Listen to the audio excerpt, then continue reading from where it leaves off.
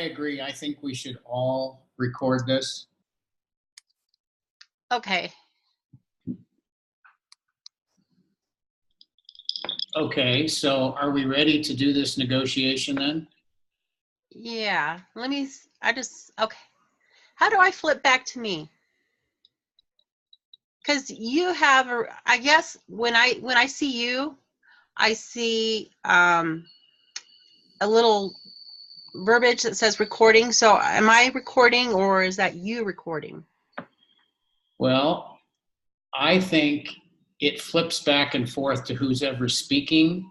Sarah, you're more familiar with this, but I am recording because I hit the record button. Right, and so you're the host of the meeting, so you have to grant us permission to record. Okay, so let me figure out how to do that. Okay, because all I have is a stop recording. That's all I have.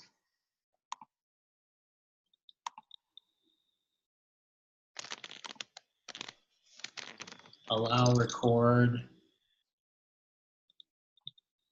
Allow record.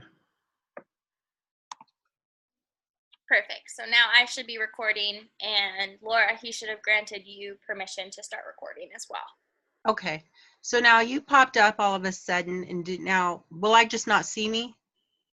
Yeah, you won't see you. So I have like a gallery view. Like if you kind of pan over the like our faces, I have a gallery view.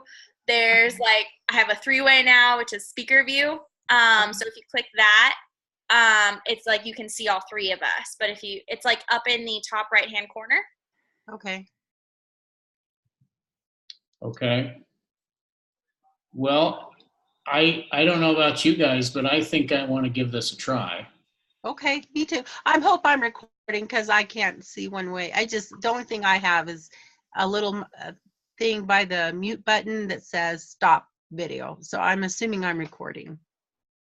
Okay, and if not, we can get you a video. Okay, I appreciate it. Because this is fun. This seems like this would be easier. It's just, I just don't. One more thing. I see a recording icon for Sarah, but not for Laura. Okay. Yeah, see, I don't see mine. So Laura, if you want to go to the bottom, do you see in the bottom right-hand corner where it says leave meeting? Uh-huh. Don't click that, but do you see next to it where it says recording? Oh, it says record. Okay, gotcha. Okay, click that.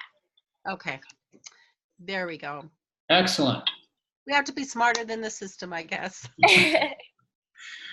Okay, so why don't I just jump in? Because that's just kind of what I do. Okay. And I'll start, and then Laura, you can respond accordingly. So okay. Good evening. I represent Miller, and he is the owner of a large appliance and TV retail store. He's got a bunch of electronic goods he wants to sell at a wholesale price, and the wholesale value of what he paid is about $400,000. So he's got about $200,000 in video recorders, $100,000 in video monitors, which are cable ready, they're the latest technology, and $100,000 in cameras and related equipment. So he wants to move all this as a lot. He believes the market is strong and there shouldn't be any trouble selling this since you're one of the best electronics dealers in the area. But as I said, he paid $400,000 on a wholesale basis and wants to try to recover that money. Well, I appreciate you, and thank you very much for presenting this, because I am wanting to move to a bigger place. I represent VIX Video, and yeah, he sees where you're getting the $400,000 for wholesale of the items, but he also has about 25% for his merchandise that there's just a modest demand of it. And then you got another 25% that is just flat out difficult. It's outdated and it would be just very difficult to sell. However, being so, I would still be very interested in purchasing the whole merchandise. But I was looking at maybe closer to like somewhere around 425,000 because of that difficulty in getting some of those items passed along, merchandise moved along. Yeah. So for all of those, you would offer 425,000. Is that right? I would. And that's the video recorders, that's the um, monitors, and that's also the cameras, tripods, that equipment. And so I feel like that's very fair because we're looking at 50% of the items that I may or may not sell. And that would be a burden on my business. Right. So you think if you buy all of this for 425,000 and then you sell it at retail, generally speaking, you'll come out ahead. Well, I may or may not. If you look at the stuff that is totally outdated, there's no way I could sell that at retail. Right. It's just out there. So I'm looking at more of the future of what I could possibly move along, and that 50% is real iffy. Yeah. So I'm willing to give you $25,000 extra, and I'm the one that would have to pay about $10,000 in moving all this merchandise back to my store. So that's another burden upon me as well. But I'm happy to give you $425,000 because I think Miller has some great merchandise. It's just being able to sell it. Right. Well, thank you. I appreciate that. I think we can wrap this up pretty quickly because I think we're very close to a deal and you've made a good offer. I have one question, and that is, maybe we could both do better if we came up with an approach where we sold this equipment to you for some base price and then split a percentage of whatever you end up making, like a 60-40 split in your favor or a 70-30 split in your favor. Would that be interesting to you, or is that just too complicated? I think that ultimately becomes complicated because, like I said, I'm going to be at a loss with some of that merchandise. And I've got already an overhead of $10,000 just to move this stuff. Sure. And I'm not going to quite be in my bigger store yet. And so if that's the case, I'd have to do storage. And then I'm looking at close to $5,000 for storage. The time that it's going to take me to get into a bigger store to have this merchandise.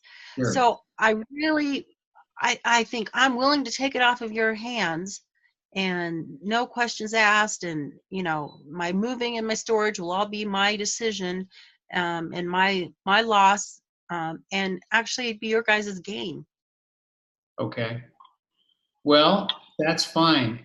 So we'll settle on $425,000 for everything, and that includes some of the equipment that's a bit outdated, as you said, as well as the newer stuff. Yes. So we have an agreement for all of it for $425,000. Yes, we do. Okay, very good. I agree. Okay, sounds great. So Sarah, any comments as the observer? No, I was taking notes. It was pretty, Laura went right direct to the point and was like, you can have this stuff. This is kind of, would be best for both parties involved. And kind of Leo, on your side, you were like, yeah, this is a good deal. It makes sense. So it's pretty quick and clean, but there wasn't a lot of, kind of, what am I trying to say? Going around the deal, kind of like, dancing around it. It was very direct. And I think that was really cool, not really cool, but really good because it kind of like created a settlement a lot faster. Okay. Well, let's call it good. I'll stop the recording and hopefully all three of us have the recording. And if there's any problems, just email or text or call or something. Okay. Now when this quits recording, it's gonna go to a file. I believe so. So do you want me to be like the guinea pig and try it first? Sure. All right, I'll do that. So. Okay. Okay, so it says the recorded file will be converted to an MP4 when the meeting ends. Okay.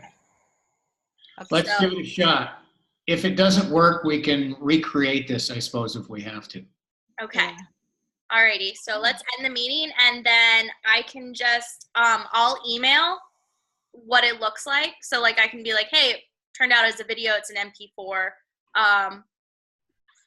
If that's the easiest way, and then we can go from there. All right, well, thanks, guys. Okay. Appreciate it. Thanks. Yay. Thanks, Bye. guys.